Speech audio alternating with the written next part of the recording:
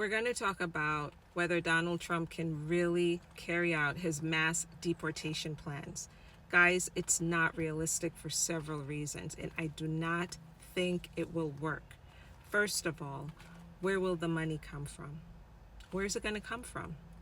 Did he receive all the money he wanted for the border wall? No. The money comes from Congress. Congress holds the purse.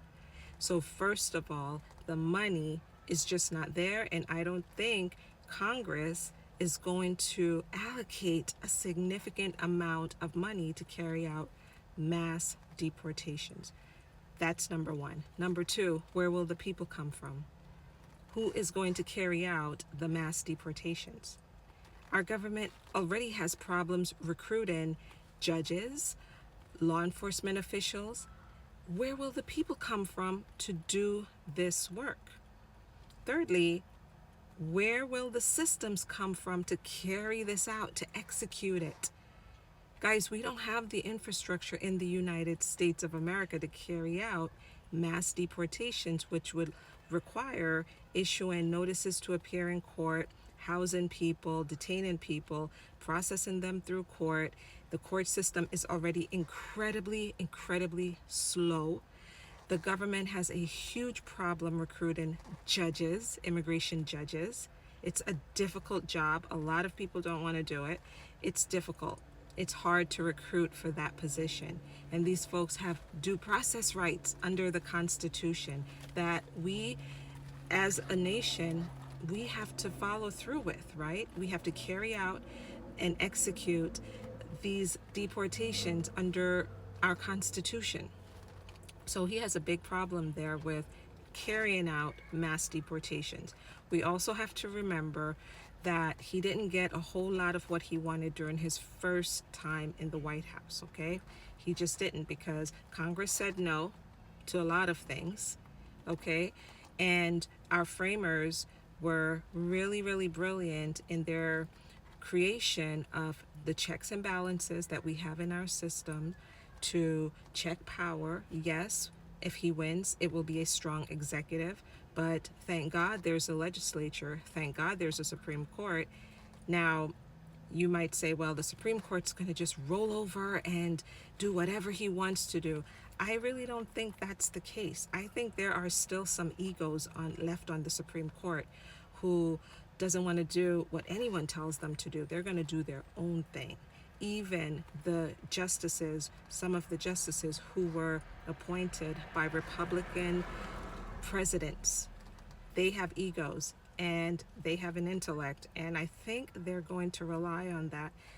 We'll see. I could be wrong, but I don't think that we should be worried so much about the idea of mass deportations. Now, are there some people in our system who are here who have done awful things? Yes.